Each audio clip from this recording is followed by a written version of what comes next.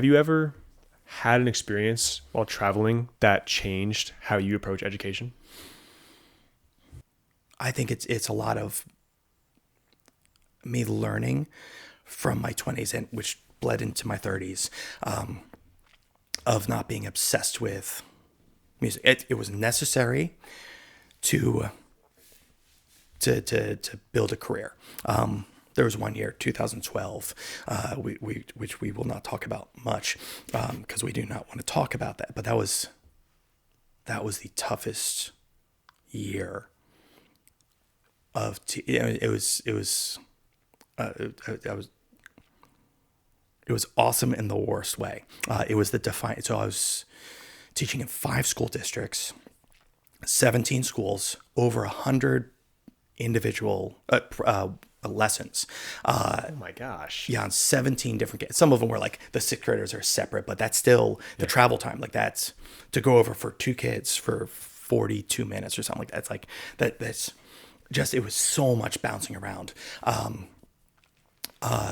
Anna was the percussion director for Fines High School, which fed Plano Senior. That was my role under Mike Hernandez, because Plano has the 11-12 senior high school and then 2 9-10s. And so I had one of the 9-10s.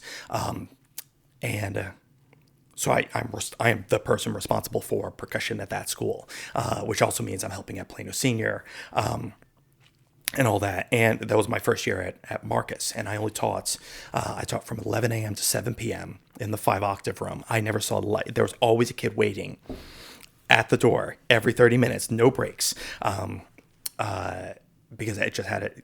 That was awful.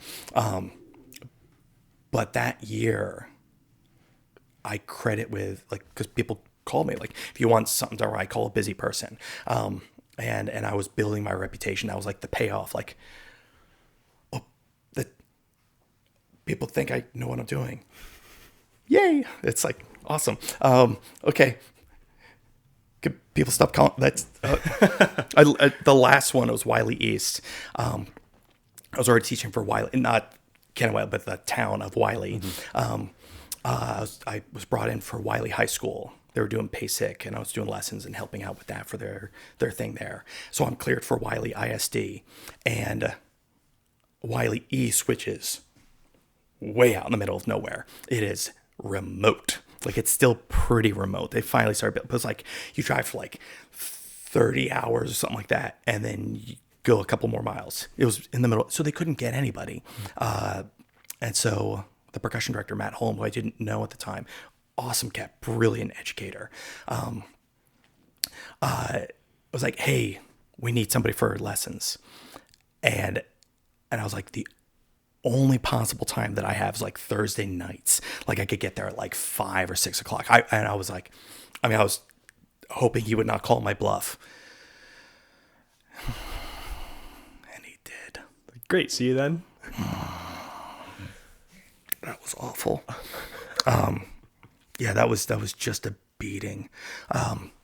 And that was okay, I need to react back. I'm going to bring it back to travel. I remember where but I was so upset. I didn't have time to do anything. I didn't see my friends. I didn't see daylight, shy of going between schools. It was just, it was too much.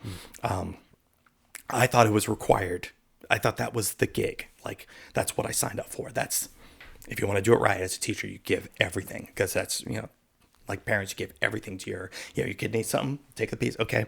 Give it to the kid. You need another piece. I'm thinking of that visual where the parent, like, they take a piece of them and grow there's a picture I saw once. I was like, yeah, they're taking a piece of them and enriching the kid. Like, that's what you do when you become a teacher. That is the agreement you have made. You have accepted a responsibility. How dare you ever fall short of that? It's like I think it's virtually identical to when people decide they're going to have their own child. That is we say 18-year long responsibility, and how you better be up for it, because that life is now depending on you to do what you need to do to fulfill your responsibility. I think teachers have that same thing. We don't have to feed you. Most marching band, yeah, we do. But yeah, that's it's a lot. And I don't have my own kids. I should have some sort of life. I should have balance. I should not be so obsessive about everything. And so travel, it wasn't the reason why I started to travel, but it eventually became something that was both for me to have a life.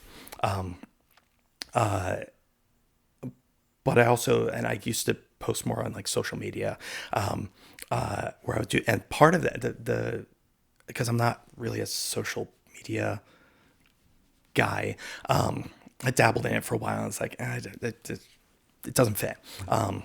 But when I've become kind of infamous for these travels and people on gigs or wherever, oh my God, I can't wait to see your thing. Like they're living vicariously. I'm like, I'm not that interesting. But I'll post, okay, whatever. But part of that, why I was posting, was for those kids who were becoming obsessed like I was to see, because I know that some of my kids are, I know some of you guys follow me on whatever, the Instagram or and I'd leave it open, it's fine.